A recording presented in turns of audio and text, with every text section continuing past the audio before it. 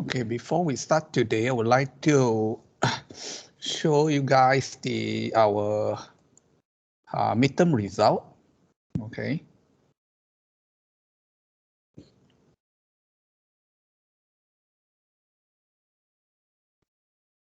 And then, okay, you can refer back to this recorded video lah. Okay, for if I'm scrolling too fast. Okay, passing off your name. Okay, now let me just. Okay, this one is the old code. Okay, EE417. So I will just scroll. I mean, you can watch back the videos. Okay, so for those who score more than 10, most probably you are safe, I would say. And I can see majority of you actually score more than 10, okay, over 20. For those who don't score more than 10, then you have to be, make sure you do it, okay, score better, all right, in your finals.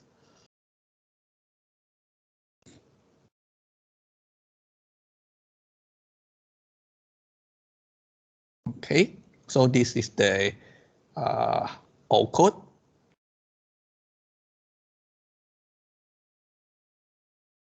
And this is the new code.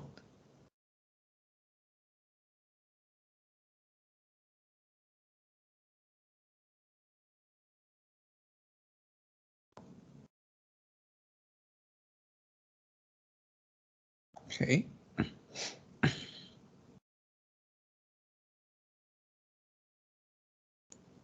Okay.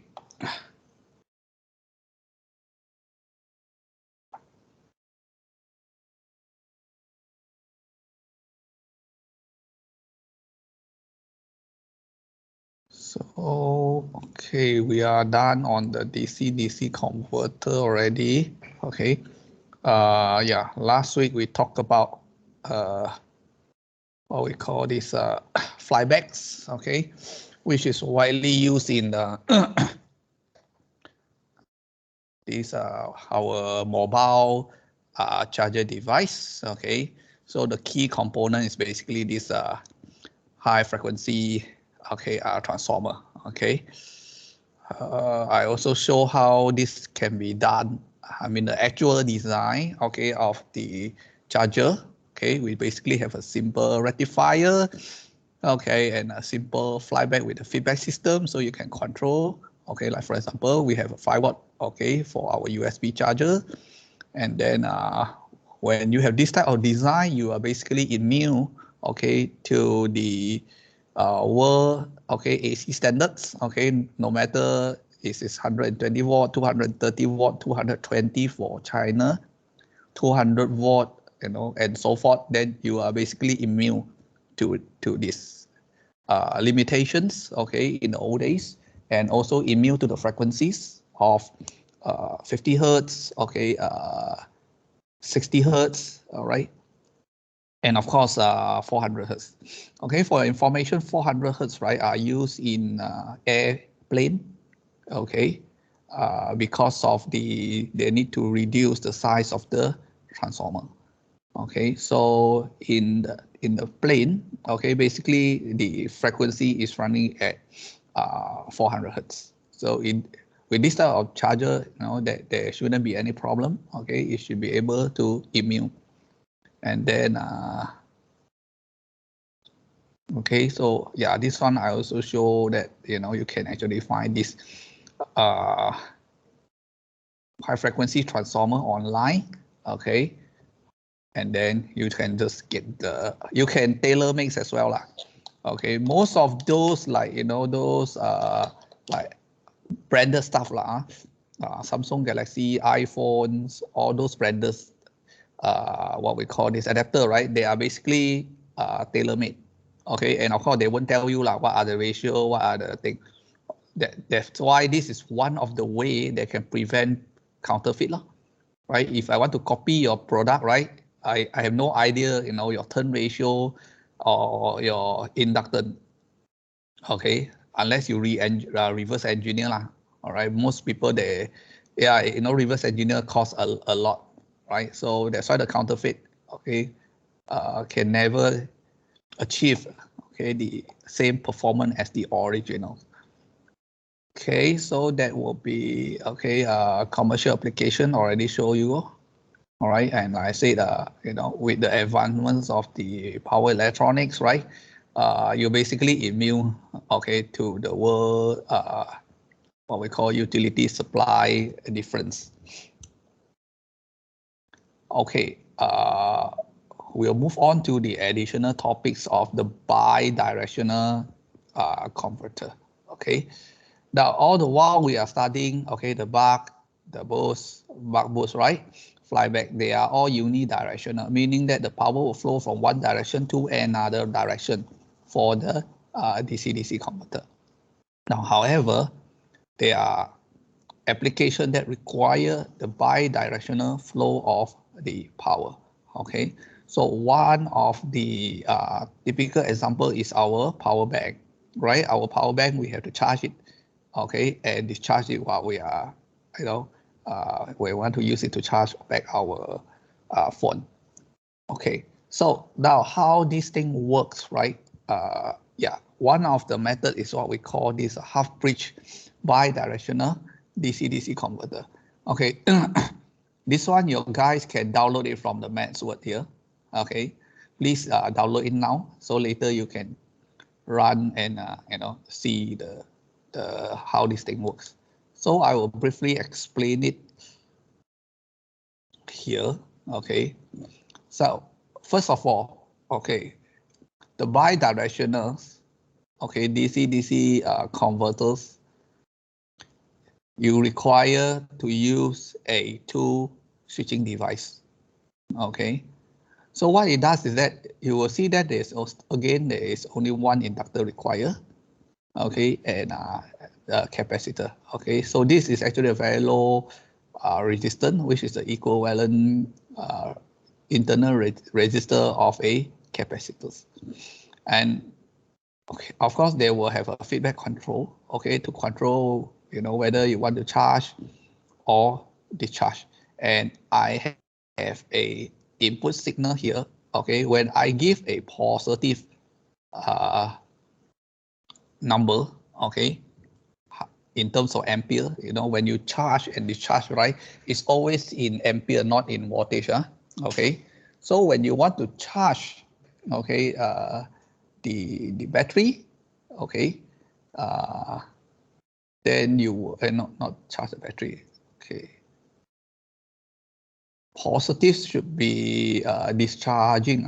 I forget already. Okay, and the battery is here. Okay, the battery is here. The negative value, okay, is charging. Okay, negative value means that the power will flow from the source here. It will flow from the source here, okay, to charge the battery. Okay. All right, so that you will see a negative current here. All right, and then when this one become a positive value, okay, it started with a positive value, where it is going to discharge the battery, okay, to the load or the source here. So it has bi-directional capabilities. Okay, in fact, this, if you look carefully, all right, it is actually a combination of buck and boost converter. Now, if you look carefully, if I draw it here, when charging time, okay, when charging, all right, going to this direction, you see there is only, okay, if I draw the buck converter, okay, you will have an inductor here, right? And then we will have a diode here, and we have a capacitor here. Okay, hope you all still remember the buck topologies, huh? Right? Now you look carefully, this is the transistor, okay, and this is the inductor L and our capacitor, right? So in this case, this is the buck topologies.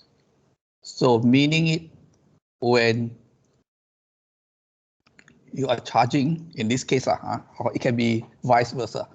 In this case, okay, when you are charging, right, and this is operating in the buck converter mode, okay, which will reduce the higher voltage to a lower voltage to charge the battery, right? You cannot charge a 12-watt battery with 240, right? You just damage it.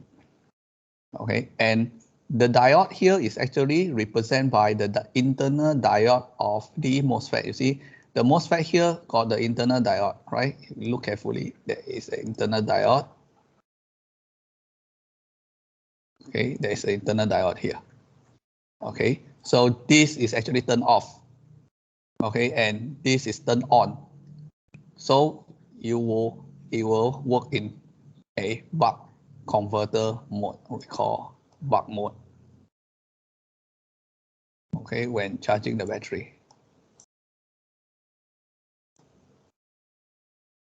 Okay, and then when you are discharging the battery, okay, and you look carefully when you're discharging, right? So, okay, the inductor is still here. And then the transistor is here. And then diode is here. And of course, the output capacitor.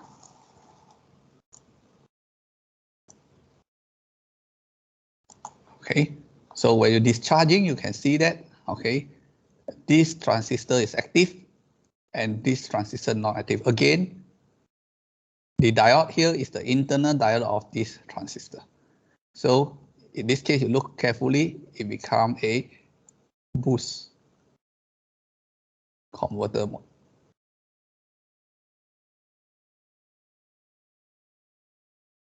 Okay, it becomes boost mode. All right, it's just like our battery bank, right?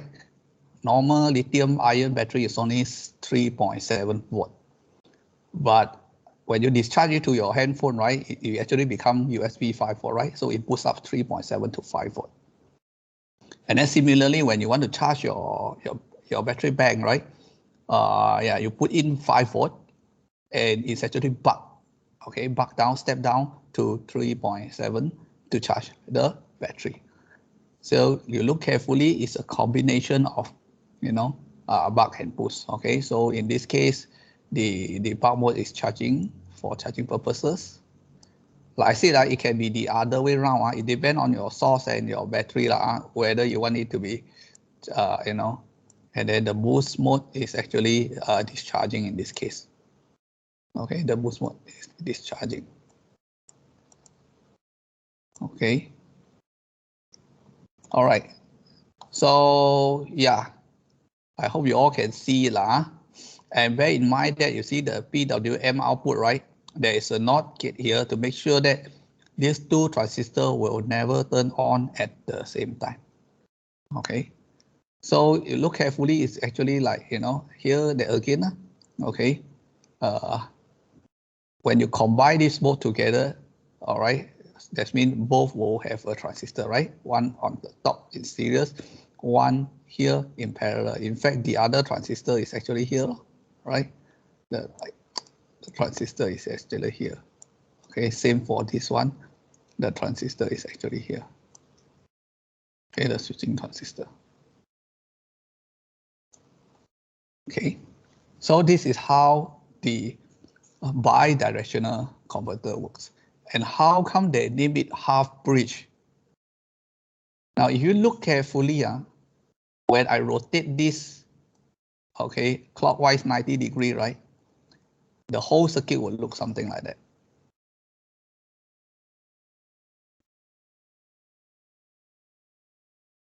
Okay, we have one transistor here. Remember when you study the AC-DC converter, we have half bridge, full bridge, right? Okay, and then here is actually the inductor. Wow, so hard to draw. Okay, and then of course the capacitor.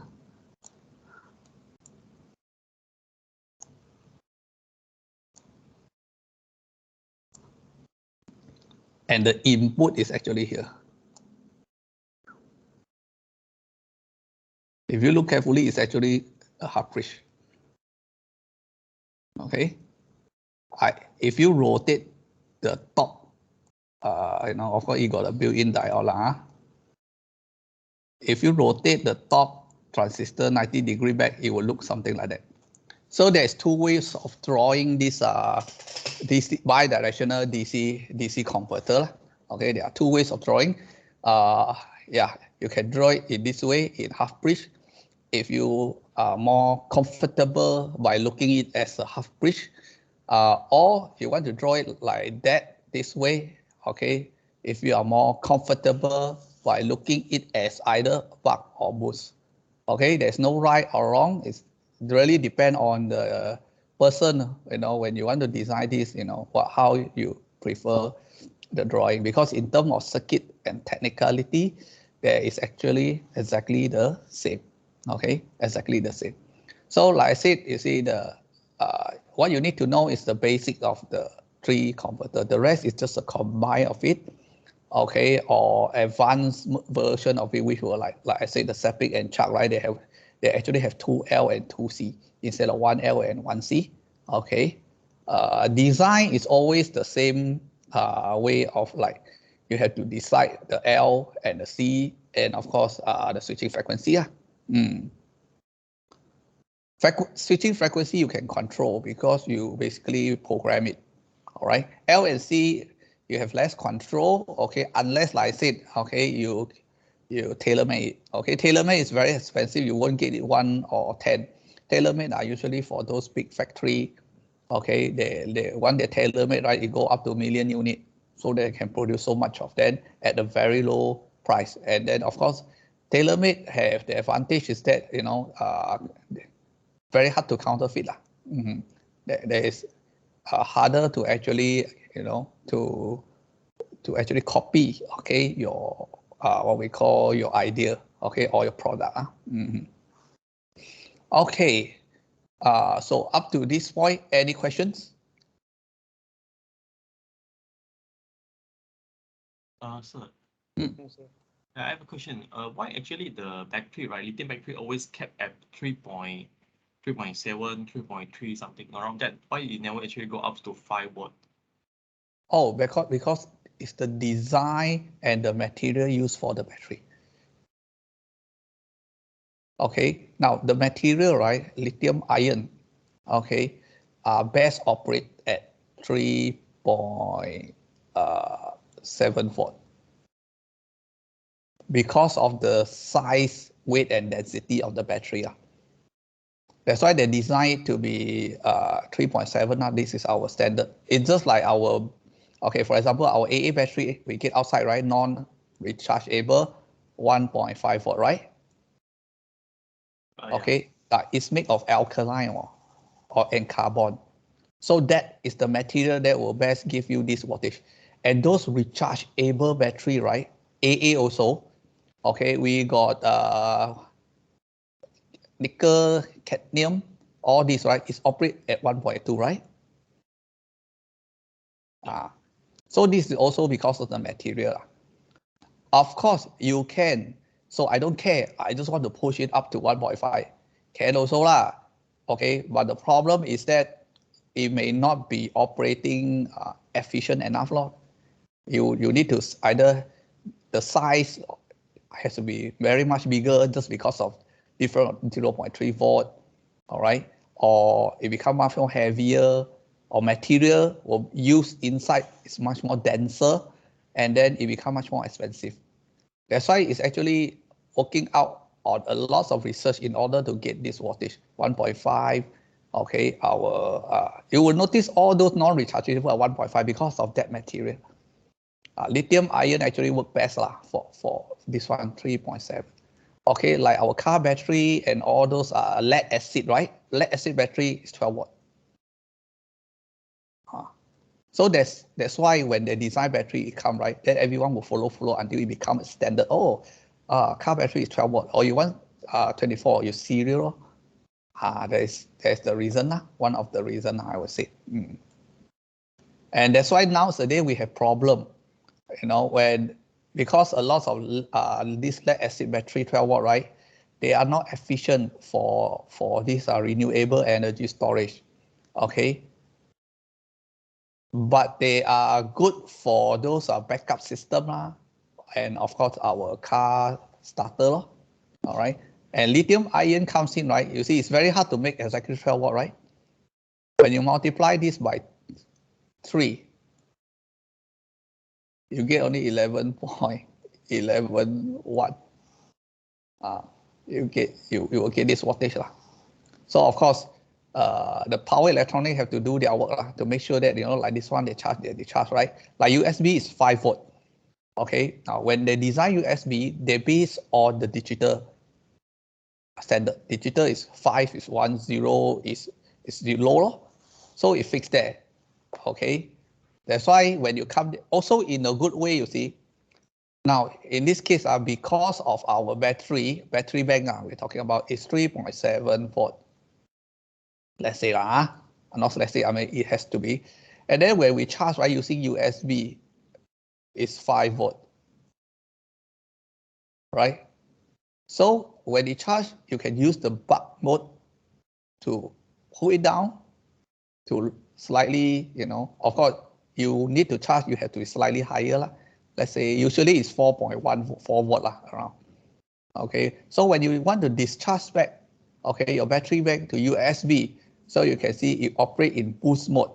Okay, it will increase the 3.7 to 5 volt. So in other way, this is how those power electronic people will think out. Okay, we can design this buck and boost combined with that will make a power bank that we use today. Yeah. Am I answer your question? Yes, sir. Thank you. Yeah. Okay. So, all right, maybe we will do the demo here. Okay.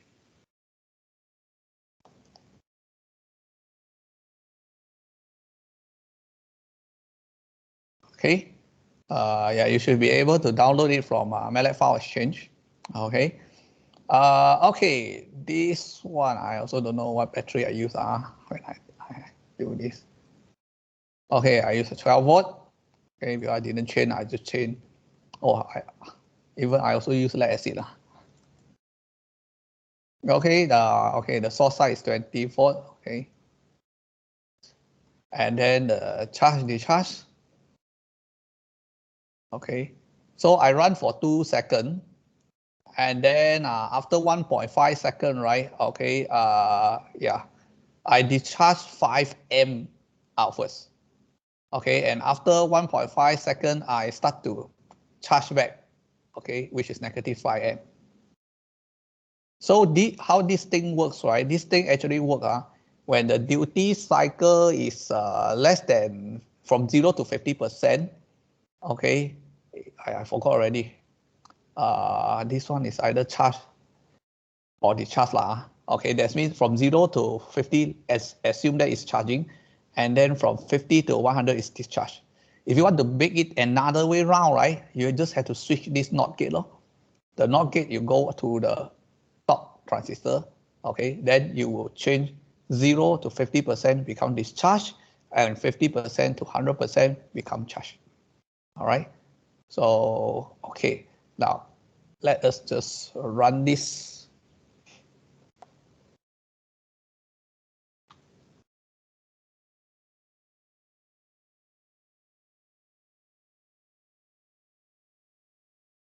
And the design method, right, is exactly the same, okay, as I teach you all in the buck or boost converter. Now the thing is that the L, for example, usually we will calculate the L based on buck and the L based on both.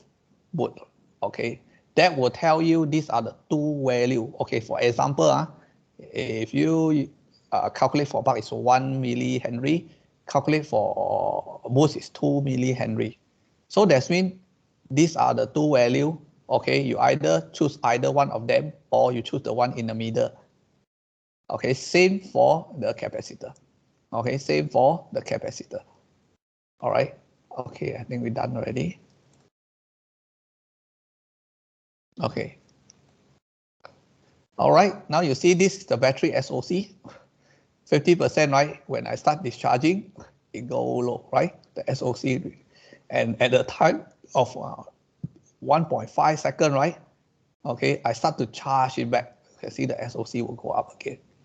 So in terms of current, okay, now you will see here, okay, in terms of current,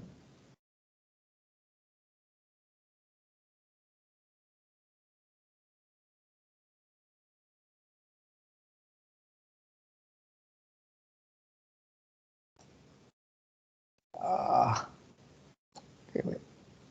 Okay, in terms of currents, okay, see these are the positive 5 amp.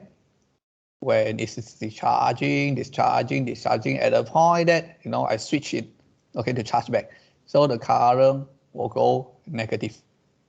Okay, why negative? Because I measure the current from the battery. When the battery is discharging, right? Okay, so it's supplying is positive. Okay, supplying is positive. When we are charging the battery, okay, so the power reverse, right? Going back into the battery, 5 amp again, so it gives you a negative, okay, a negative value. And then for the voltage, okay, so when it's discharging, right, your voltage will actually become slightly lower, okay, slightly lower. And then when you want to charge, right, your voltage will need to be increased to at least equal or slightly higher, okay, to the battery voltage.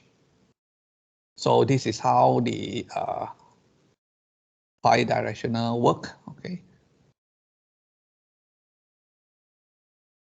it's a bit hard to see here because of the transient in the beginning. But I think just now was clear enough lah. But of course there are a lot of oscillation, so you need to decide your what we call this your ripple, how many percent you want, okay, for it, so that you can control the ripple. Here you can see much more clear, okay, charging and discharging, okay. Similar for the voltage, 12 for this year, then it will go up higher, okay, for this what we call this to charge. Okay, okay, I think here you can see much more clearer. So nowadays, like I said, because of the energy storage, right, it's become considered cheaper. All right, so it gives more opportunity, okay, for bi-directional converter, okay, application for the product that based on bi-directional, like for example, the Tesla Powerwall, okay, is one of the example, okay. So inside there, definitely they will have a bi-directional, right? Of course, this is the AC side lah. Of course, you need to have an inverter, grid connector, and so forth lah. Okay, so you can charge. And another one, which is our EV, our electric vehicle. Okay, so we can charge the battery and discharge the battery to the motor. It's actually the same, it's just a combination of DC-DC converter and the DC-AC converter. These two, okay, you play around with like the Lego bricks, right? Then, yeah, you can actually, make a lot of this type of application, including the grid, okay, battery energy storage system. Now, this example is a non-installation, what we call version of it. Okay, it don't have a problem because all our power bank that we use today does not have any insulation because input is, it's already 5 volt lah. Okay, I mean, no big deal lah. Even you short circuit, 5 volt straight to 3.7, it won't really damage the battery lah. Okay, So we don't have the insulation. Of course, you want to have insulation, you may need to add another stage here for flyback kind of insulation. Okay, so that you provide some protection. Like, of course, for the Tesla Powerwall and all the EV, right? They definitely have the insulation because you charge it from the AC side. Okay, so it has to be done somewhere here, or there is another version of the bi-directional DC-DC converter, which will give you the insulation capability lah.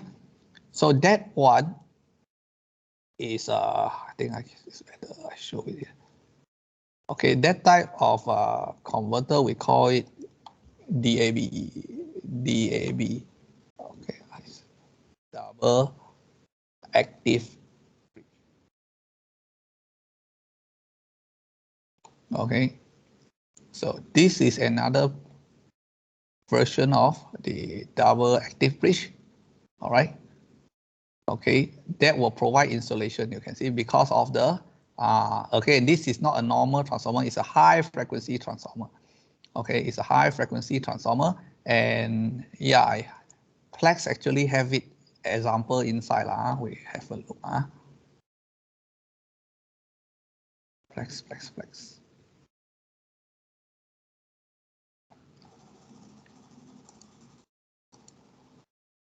Like I say, Plex itself is already a power electronic course already inside the example they have for you.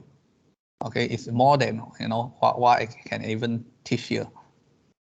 But of course, the explanation is not that detailed. But once you have the basic knowledge of it, it shouldn't be a problem. Okay. Okay, so Plex here. Maybe we will look at the demo model.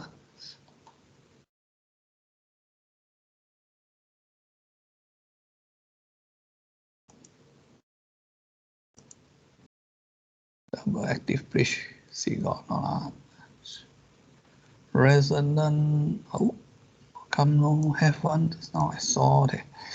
Okay, okay.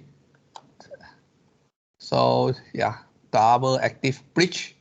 Okay, so that means you need two bridge. Okay, of course it is much more complicated and expensive compared to our non-isolated. Okay, how it works is basically okay, maybe with this model. Okay, so from here DC, right? Okay, the DC here, okay, will come in to this bridge, and this bridge, okay, will do the switching to change it to AC. Okay, to change it to AC, usually 20 kilohertz and onwards. Okay, for this transformer. All right, it's switched and it's square wave. It is no longer SPWM because you are not connected to the grid, right? So it's actually 100% square wave. Okay, 100% square wave. All right, and then go through this high frequency transformer with a couple inductor here. And then after here, of course, you have the N ratio thing, right? And it provides two functions, step up, step down, okay, and insulation. And then after that, okay, here is AC, right? You can see, and again, you convert it back to DC, okay? You convert it back to DC. So you have two sides of controlling, So this one will provide insulation. Most those with those with the AC, how many high voltage one, and you have a very this DC, something like the Tesla Powerwall, they definitely will have some form of insulation. Of course, they will never tell you what kind of insulation they use. They may have their own circuit, okay, but this is one of the bi-directional, okay, converter.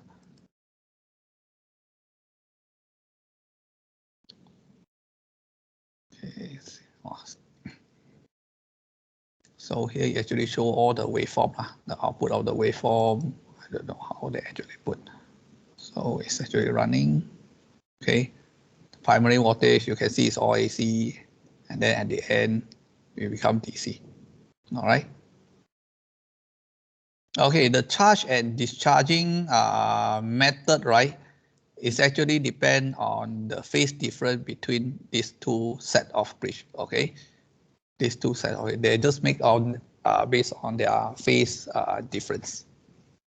Okay, so this is just an idea. The example, okay, you can see. All right. I think they model this switching loss or thermal here. Okay, with this. So you can look into one of these example. Okay, of course, this one also takes time where the circuit become much more complicated, right? It actually takes a longer time to simulate. Okay, so see the explanation. Okay, transfer ratio, control. Oh yeah, this is a thermal model. You can take example, they got magnetic model. Okay, and they always refer to, sometimes they have good paper, like say, okay, this design, right, is refer to this paper, okay? Or not paper, undergrad honors thesis, okay, by this fella lah. Of course, active bridge is much more earlier than 2015, as far as I can remember. And you have all sort of, example here. So it's a good way for you to have, additional study understanding.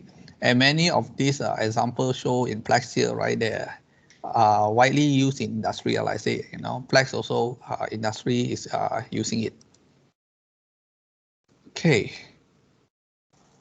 So basically, we should done with this, okay, DC-DC converter. Okay, one more thing, maybe I'll try to, when I go too fast, I need to come back. Okay, like I said, we cover buck, we cover boost, we cover buck boost, we cover flyback, we also cover half bridge. Okay, and I also show you there are double active bridge. In fact, I show you only these four teach in much more detail lah. So with all this, you should be able to, to cover the DC-DC converter. Okay, now you will notice that, right, to control the DC-DC converter, right, it's basically based on the PWM and duty cycle. It's much more easier, okay, than the DC to AC converter, right? DC to AC, right, we need to modulate them. Okay, basically we require modulation. Okay, and modulation of sine wave aspect PWM is much more complicated. And then this one is relatively simple, especially when you want to make hardware, right? It can be done by using the Arduino. Okay, so maybe I can go through the Arduino slide now.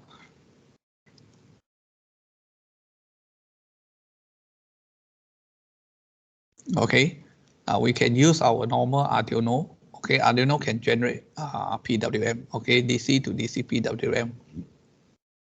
And two types of Arduino we can use is Uno and Mega. Okay, why these two? Because MATLAB Simulink support direct programming, okay, for this two board. Okay, of course it does support, like, Texas Instruments C2000 board as well lah. Okay, you can actually download and install, okay, in your MATLAB. Okay, for Arduino, okay, again you can download the Simulink support package for Arduino hardware. It is free. Okay, it's also a product from Manswood. And then once you what we call this install it, right, you will have additional Simulink support package for Arduino. Okay, so you can have all this analog input, output, and so forth. Go to the common.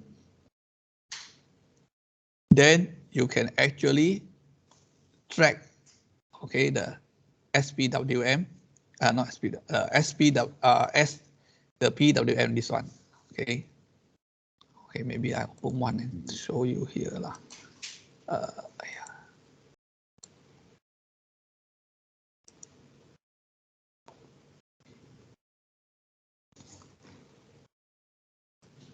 Okay. So you will have a Simulink support package for Arduino.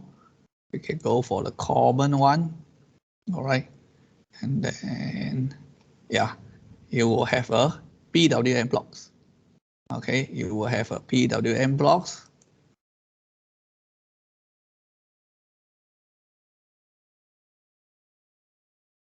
Okay, when we have a PWM blocks here, drag it over here.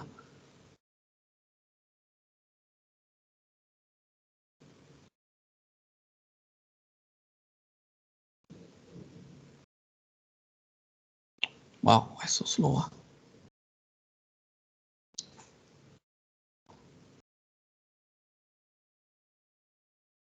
Okay, while waiting, you drag it here, you will see something like that. Okay, so here you can control between 0 to 255, meaning that 0 is 0% of duty cycle, 255 is 100%. Okay, and then you can select which pin of the Arduino pin, okay, you want it to be. Okay, so right here. So double click. Okay, you can choose the pin. Of course, not all the pin you can use. Frequency, you can specify or by default. Specify one, it won't be very stable. Okay, for the reason of the limitation of Arduino hardware lah. Okay, it will tell you which pin you can use, which pin you cannot use.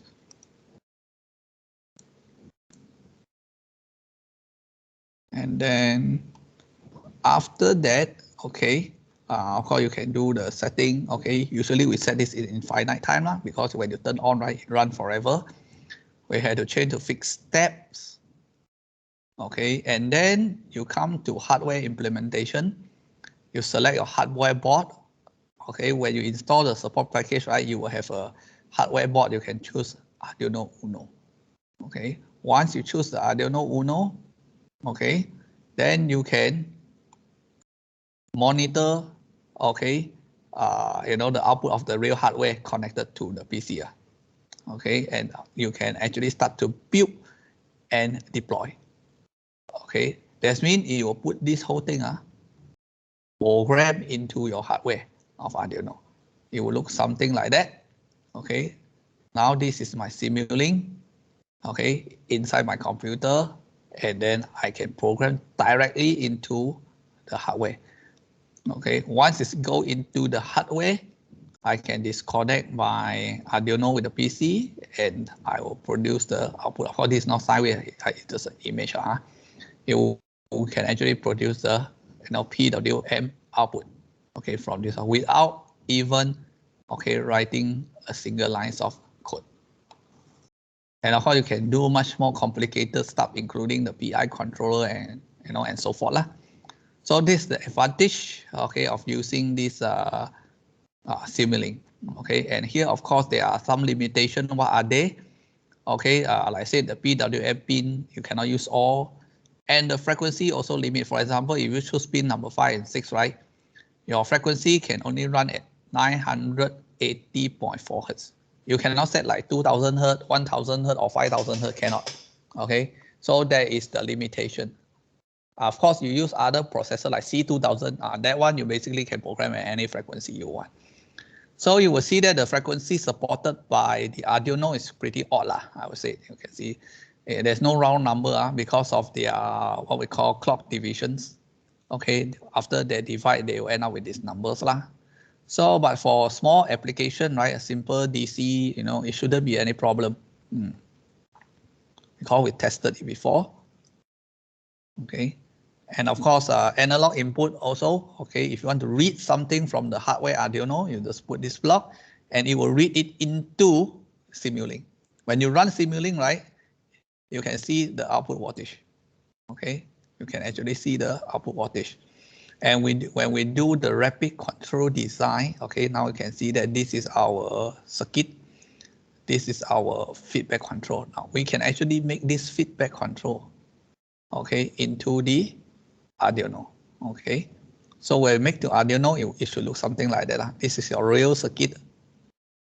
Okay, the output of the real circuit will go into Arduino, and the other output will go into the switching transistor. Okay, will go into the switching transistor. So the Arduino will actually hold this part.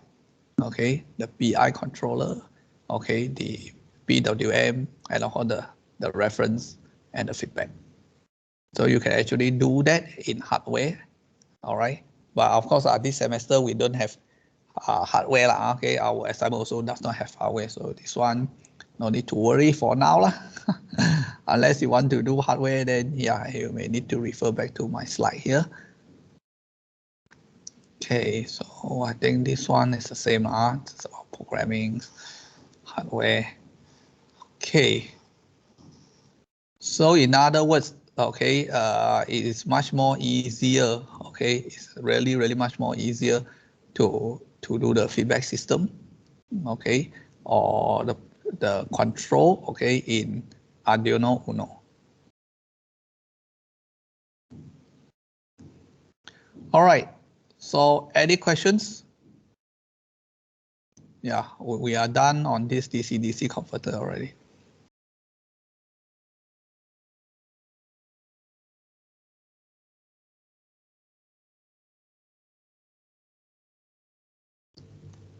Hello, you guys still there? Yes, sir. Okay. All right. So yeah.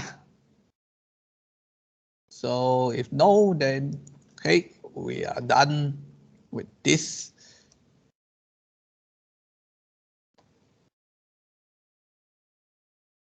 In fact, I like to do hardware. You see, but the problem is that not many groups can actually get it do properly. That's the problem. Because hardware can really not about just learning. You will learn a lot of real components. Okay, in the Simulink and the real component, they will, there are things that you need to know in order to make it works.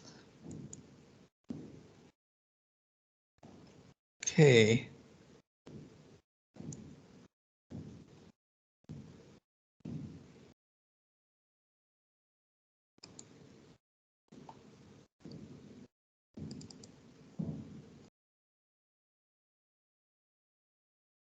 Okay, so now we have done the DC-AC, DC-DC, and we move on to AC-AC now. Okay, now in fact, right, anything start with DC like DC-DC and DC-AC, we are dealing with PWM, okay, and we are dealing with transistor, okay, switching transistor, either IGBT or MOSFET, okay. And then when we come to AC-AC or AC-DC, anything that start with AC, okay, they are usually, okay, thyristor, okay. Of course, there are still transistor that can be used, but most of the time for high power application, okay, we are actually looking at the thyristor, okay, we are looking at thyristor, okay.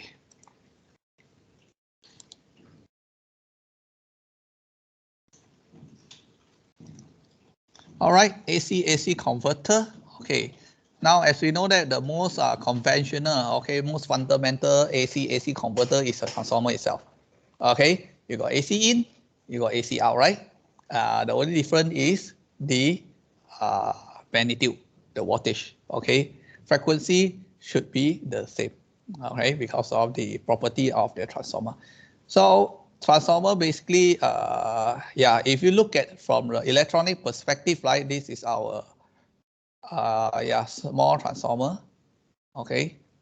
And then if you look at the electrical perspective, like this is the transformer, okay. This is the smallest transformer we have for PE, okay, Pencawang Electric, which was actually stepped down 11 kV, okay, to 415 volt.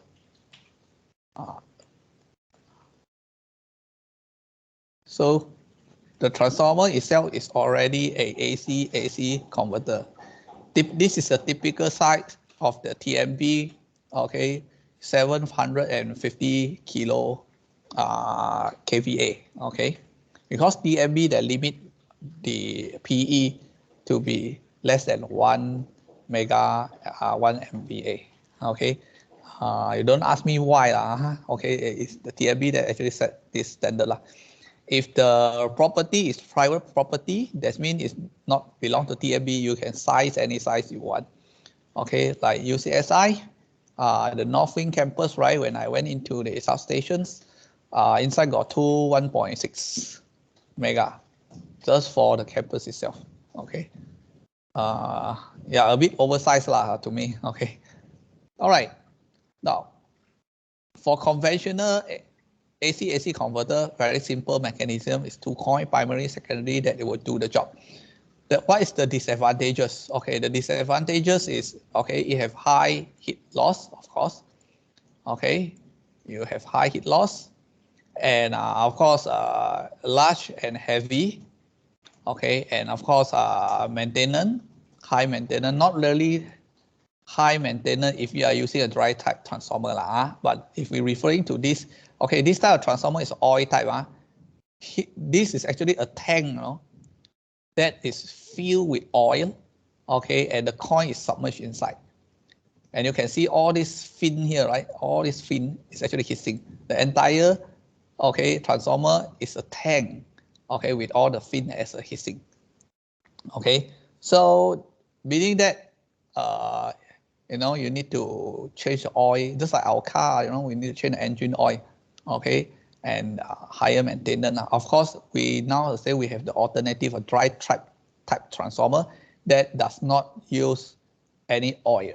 Okay, so the design is considered quite naked. Okay, in the sense that okay, maybe, but the good thing is that the maintenance is actually much more what we call this simpler. Okay, dry type transformer. Okay, this is how the dry type transformer looks like. Okay, see there are 3 coins here. Okay, it's naked, there is no oil. Okay, these are all. So when you see this type of transformer, then you can immediately tell that this is a dry type. Okay, TMB are all using the oil immerser. Usually, if you see dry type, right, it's usually private. Like UCSI, the North Wing one is a dry type. When I go in and see, oh, it's a dry type. Okay, of course, it's much more expensive. Okay, compared to the oil type. So depend as a consultant, you ask all, you want high maintenance or very high cost of transformer. Okay, and then of course you cannot change the frequency. The frequency should remain the same. And advantage is that it's a simple design. Okay, just coin, right? Coin, copper, wire. Simple design, and of course it provide this isolation. Okay, so that is the very fundamental and basic form of AC-AC converter. We have been using it for ages already, I would say. You know, transformer, you know, is a form of even the high frequency transformer, right? It's a form of AC-AC, right? You input AC, you output also AC. Okay. The only difference is that the high frequency transformer, okay, operate AC is in square wave, perfect square wave. And this conventional one, okay, is in a sinusoidal wave. Okay, sinusoidal wave. Okay, so the symbol is basically the same, except you know you will have a sine wave, AC in, AC out. So you are converting the AC input power or energy in terms of you either change the frequency or you change the magnitude. These are the 2 things. Okay, you are dealing with AC, right? The transformer is basically changing the magnitude from 11 kV to 415, you know, 33 kV to 11 kV and so forth. Okay, now types of AC controller. Okay, the first type, okay, they don't call it AC converter.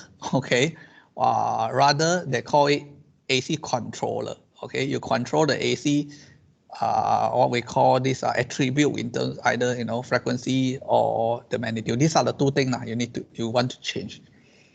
Oh yeah, before I forget, in fact, right, nowadays for this type, for transformer, right, still in the research, okay, somebody already worked out what we call solid state transformer. Because transformer, even up to today, we are still using the very conventional type. Okay, because like I say, it provides insulation. It's a very simple design, right? Be it oil, immersed, or dry type. Still, simple design. Okay. In terms of maintenance, if you are using dry type, it's really almost no maintenance required. Okay. But now in power electronic era, okay, there are people start to work out on what we call this solid state transformer. That's mean the transformer, right, have no, all big transformer. It works like the principle. Okay, you can see that there are still insulation, but using high frequency transformer become very small, and they are all using this, switching device. Okay, it's actually AC to DC, DC to AC, AC to DC again, and DC to AC, you see. So it's four stage. You can see here is the active bridge here. Okay, so they actually start to work out already the solid state, what we call this transformer. So I don't know in future whether it can get into the utility or not. I still can't tell, because they already, some university, they already work research on making the prototype already. They have this solid state, transformer. Okay, and this is one of another example, solid state transformer. There's no oil, less coil, smaller. Okay, it becomes smaller, lighter, and cheaper lah. But this one is still like only 100 kilowatt. It's still not fully commercialized. I mean, you see, I want to buy a solid state, it's still not that readily available yet. But I can tell you this is going to be another trend coming in. Okay, whether it's going to be success or not, I'm not sure. Whether it's going to replace our conventional, still the whole world are still using this transformer for their power system lah. Okay, so you can see that power electronic actually try to replace everything, that have any energy conversion. Okay, and then another type of converter is called AC converter. It's called cyclo converter. Cyclo converters basically change the frequency. It doesn't change the magnitude. And it only change the frequency to a lower frequency. It cannot step up the frequency. 50 hertz in, you can only get anything lower than 50 hertz. You cannot get anything higher than 50 hertz. Okay. If you want a higher frequency, you need a DC AC lah, right? Remember I show you the AC drive thing. You can change it to higher frequency, so you can make the motor actually rotate faster lah. Okay, 50 hertz is also already considered fast already lah, 3,600 RPM already, So yeah, so cycle converter usually again they are working on a bigger system. Later when we come to this part, we will talk about it. Okay, and then the other one is TCR. Okay, TCR is a control reactant, okay, to actually absorb the reactive power, okay, to the transmission line. So when you control the reactive power absorption and supply, okay, you actually control your transmission line power flow. Okay, this transmission line, we are talking about the transmission network okay, 275 kV, 132 kV, okay, that transmission. How we actually control the power flow? How much power we want to put it on this transmission line, right? Okay, so you must be able to control that. Will require the use of TCR or TSC. Okay, so TCR is absorbing the reactive power. TSC, okay, is switching to generate capacitive, okay, reactive power. Okay, so the T is a thyristor control, okay, reactor. TSC is thyristor switch capacitor. Okay, so and there is another one, okay, called TCSC. Okay, thyristor control, okay, switch capacitor. Okay, again, this is widely used in what we call this the transmission line. All right, for the transmission line. So we will cover, yeah, I think we will cover all of them. Okay, here. Now we come to the first one, AC controller. Okay, so thyristor, right? I already explained how it works. We have a certain firing angles, so you can start to chop off, okay, the AC, right? The AC power. So for power transfer, okay, two types of control are normally used. It's either on-off or phase angle control. Okay, so by using a thyristor, you can achieve both on-off control as well as a phase angle control. Okay, so this one, okay, yeah, I think we have already done right in our device when we explain the thyristor. Okay, so when you have both thyristor and opposite direction, you are actually creating your own triac. Okay, that allow you to control, okay, how much AC power you want to deliver to the load here. And then back then we don't show any equation on how to calculate the voltage, right? So now here you can see these are the equations used to determine, okay, the voltage. Now, if I want to know how much equivalent RMS voltage appear at the load here, okay, then the alpha will be the firing angle. Okay, if the firing angle is 0, you put 0. That means no firing angle. Okay, you put 0. And then the firing angle, if let's say 20 degree, you just put 20. Bear in mind that when you see the equation, right, with pi, see the equation with pi means that you need to switch your calculator, okay, to radian instead of degree. Okay, so it's very important.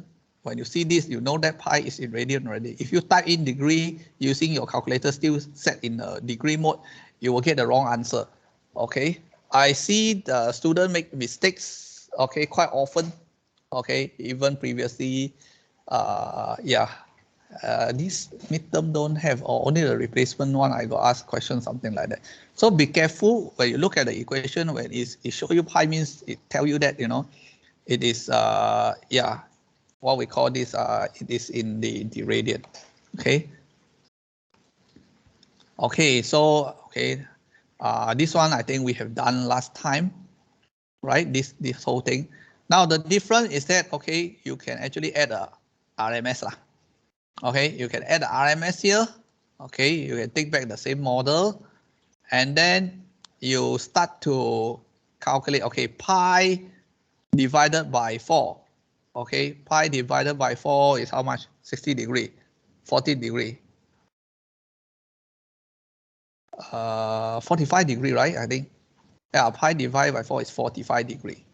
Okay, so this one just just some equation. Okay, omega, how I get this phase, what we call delay. Okay, phase delay. You just need to convert radian to degrees. Okay, radian per second. Okay, and then how to convert that in time, second. Okay, you will see that I use pi divided by 4 divided by 2 pi 50, right? So this is how this equation works lah. How this equation works. Okay. So by doing that, okay, and of course, don't forget that this, yeah, because you are dealing with two thyristor, right? It's going to be 100 hertz, it's not 50, because you're dealing with the negative cycle as well. Okay, and this one magnitude, you change to 10.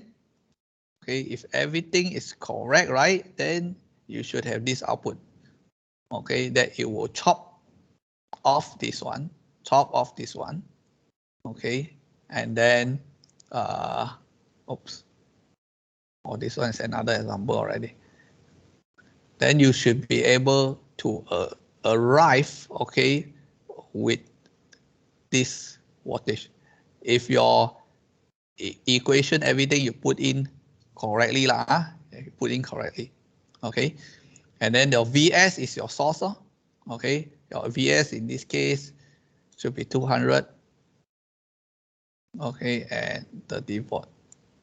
Okay, and the alpha, okay, in this case, if we are doing this, right, okay, is pi divided by 4. Okay, pi divided by 4, and then you should be able to get the number somewhere, okay, more or less like this one. All right, so can you all work this out now? Okay, try to work this out.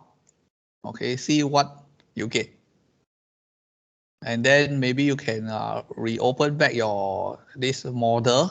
Okay, you reopen back this model, and then you just add the RMS here. Okay, then you see what you get here. Okay, let me see my one.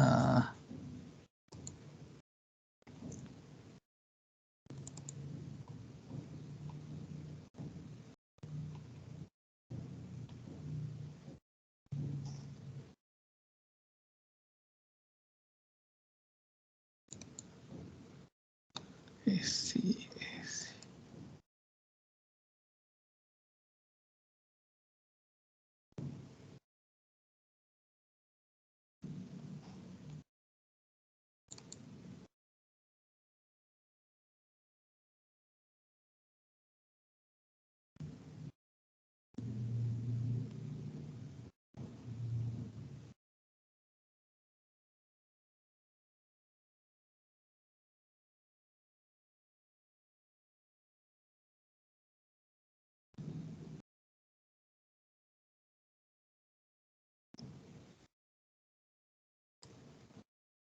Okay. All right, I think, see the source first,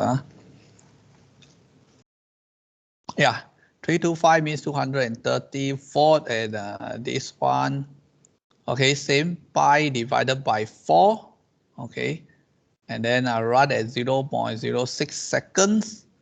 My load here, 10 ohm, doesn't really matter because we are measuring the voltage, not the current.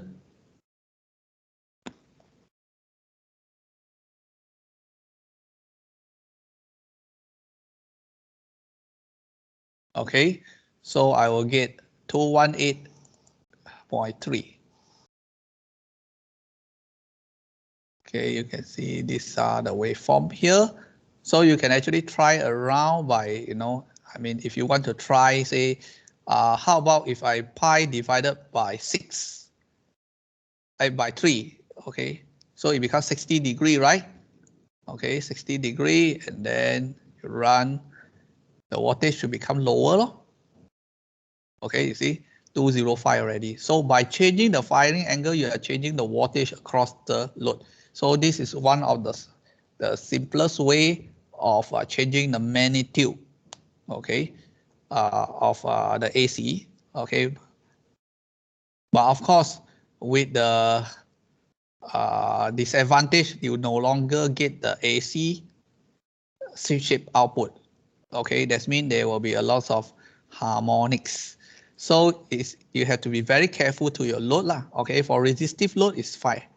It's fair, no problem. That's why this method cannot be used to replace the transformer because you no longer have a sine wave.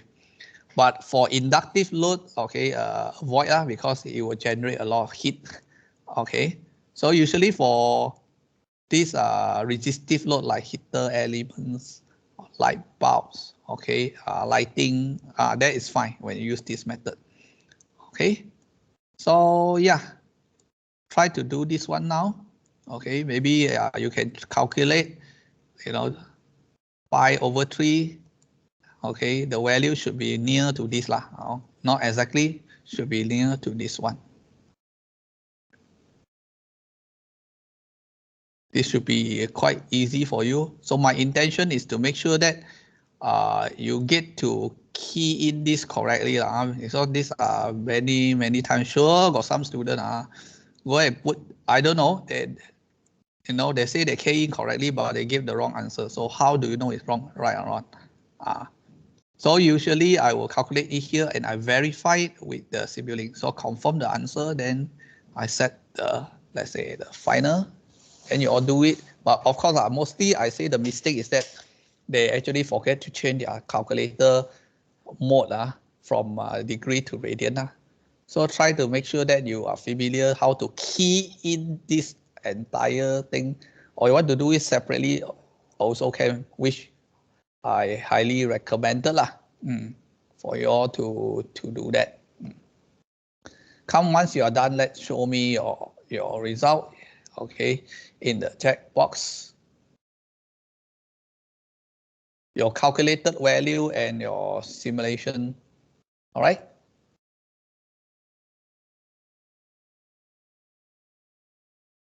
Yeah, for those who have done this with me in the power device, it's easy, right? You just load back this program, key, and then make sure that the RMS, you have to set to 50 Hertz. Okay, set to 50 Hertz. So you calculate the RMS much more, okay, accurately.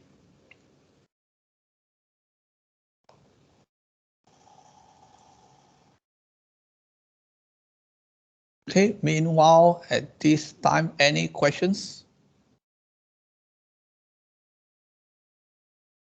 I think Plex also should have this example. Let me see.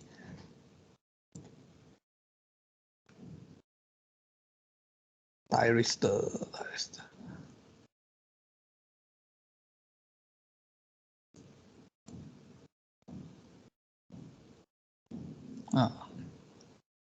Simple choppers. Oh, it's only thyristor. They don't have this. Yeah, for Plex, they are more focused on DC, AC, and DC, DC, actually. I found that the example they give. They don't really have many example about AC, AC.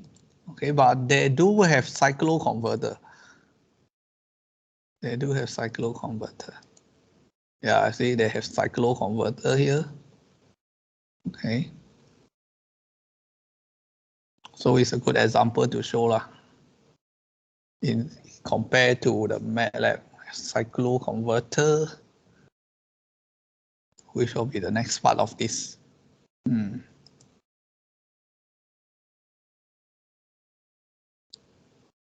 Okay, try to do this, because if you don't do this correct, the three-phase one is much more complicated. This is only single phase, I'm going to talk about three-phase of AC/AC controller as well. Not only single phase. We're also going to cover the three-phase version of it. So when we have anything in AC, right, we always have single phase and three phase. Same for the DC to AC converter, right? We have single phase and we also have a three phase. Only DC, DC, we don't have this, how many phase kind of problem.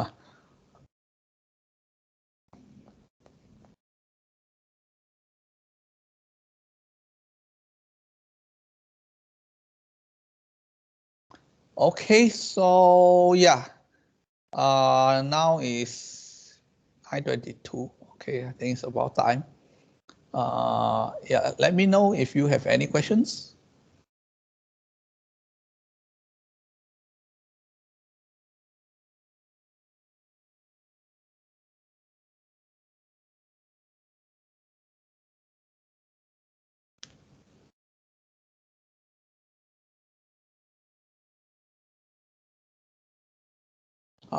We have the first one come out already.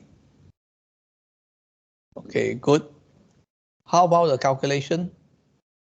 Sir, for the VS, right, it's 325, right? So no, the VS is 230 RMS. Oh, okay. Yeah, this is another very common mistake student make. Okay, the VS here is not 325. 325 is the peak. Okay, it's not RMS. Now we are calculating the RMS.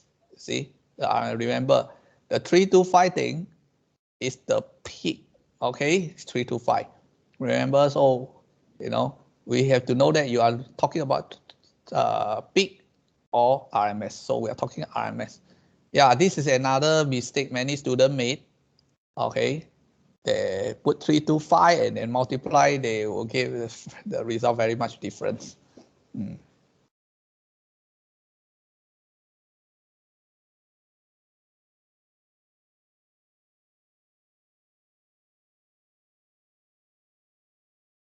Wow, it's very obvious, right? Your firing angle is at 0. See, your firing angle happen at 0 angle. So yeah, you have to, switch your, look at this one. Either this part is wrong, okay?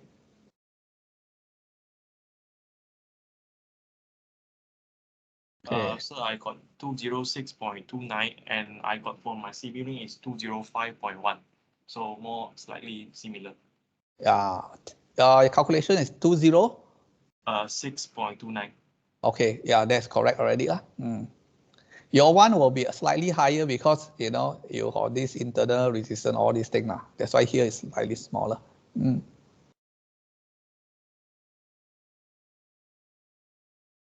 Okay, firing angle. Yeah. Okay, good.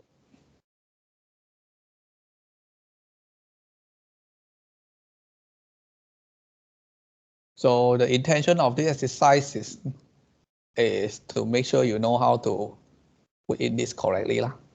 Okay. So you can always verify, this. The importance of simulation is also is to prove or validate the equation that you created or you derive, okay, is correct or not. Okay, because many textbooks, they have all different. It's not different in the way that if they derive this one in terms of degree, it may look different, right? If they derive this one vs if in peak, they also look like a different equations. Okay, so yeah, what I always did is that I always use simulations to validate all these equations we use in the textbook. My principle is very simple. What you learn must be applicable, okay, to the real system, okay, or real circuit. It's not to whatever you learn is just on paper and then you forget about it. So what's the point of doing that, right?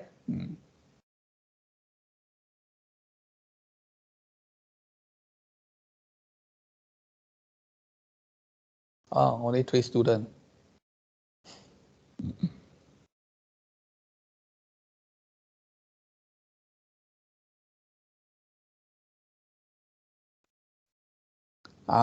See? So now you get it right already. See, another advantage of doing simulation, right? If you don't do it, you don't know whether your understanding is correct or not, right? Because when I say this, you may understand it in a different way, all right? Communication, sometimes we have this problem, okay? And if you don't understand it correctly, how do you know whether you understand? Like I said, the best way is to work out, the idea like this one asks you to do, okay? Like Ahmad, okay, he's working out on this. I say, how come it doesn't work out? And then you can see down, he actually, no, that is because of the angle thing is not correct, okay? And that will help him, okay, to really understand, to correct the understanding in the correct direction.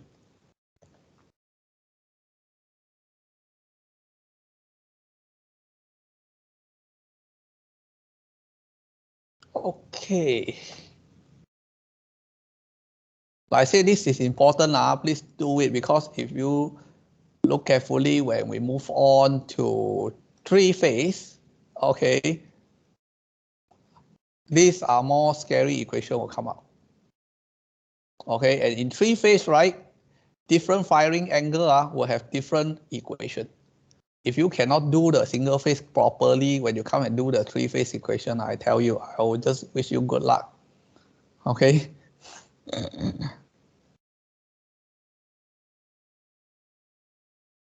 So like I said, if you of course, for those who never even do this in my first class, when you want to do this now, it will become like, wow, a bit difficult, right? Yeah. Of course, those already do this, you just open, add a few things, 1 or 2, then you get it done immediately. Okay, yeah, we have few more coming in. Okay, correct. Okay, and then yeah.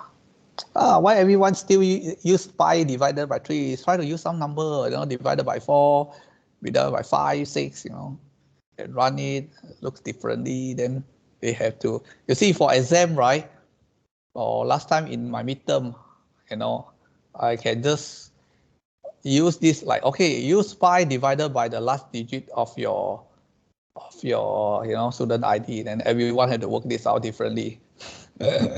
Okay, according to their student ID.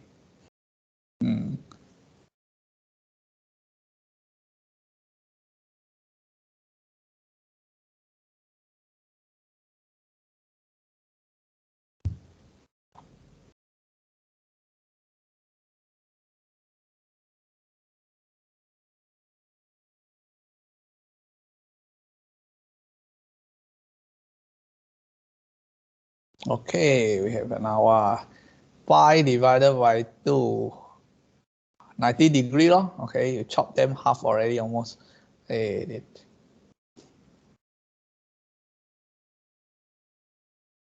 So in AC, always remember, don't confuse between the peak voltage and the RMS. Okay. In measurement, we always refer to RMS.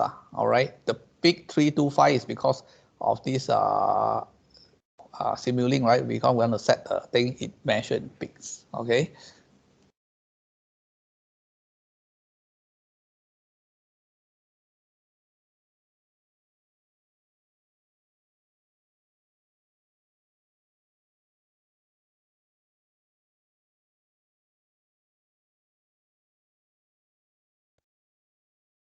Hui Guan, how come it's so much different? 176.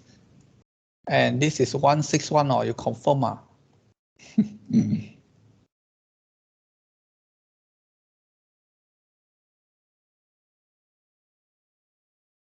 Okay, divided by 5. Okay. Okay, 2 to 3, 2 to 5. Okay.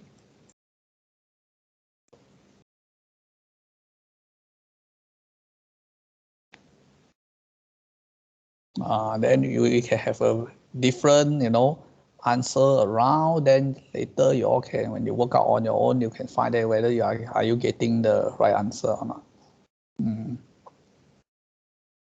Okay, usually for this type of AC controller, it is very rare that you go beyond 90 degree lah. Okay, because already over the peak, okay, of this what we call this sine wave. Okay, it's of course it's also very much depend on the types of application you use lah. Sir, for the pi over 2, right, I got 164.046. How come just now you got 176? No, I mean the one is paper. Tay Boon Hong. Okay. Yeah, 164. Yeah, I think Wong Hui Guan got it wrong already lah. Cannot be that much different. Okay, 176. Okay, Wong Hui Guan. Okay. All right. Yeah, already 9:30. Okay. Okay. Yeah. Good. So you see, when you do this wrong in your exam, I can't really help. Even it's a very simple equation, right? To make sure that you work this around, and you just to make yourself familiar with how you punch the data into your calculator lah. Okay. All right. Yeah, I know some of them have class or whatever after this. Okay. You can leave now if you have class. All right. Sir. Yes. Can we know our detail for the midterm or no? Can we ask personally or no? What type of detail you want to know? What mistake with the? Oh, no. Unless you suspect that you're supposed to score very high mark, I give you a low mark, then I will look into it.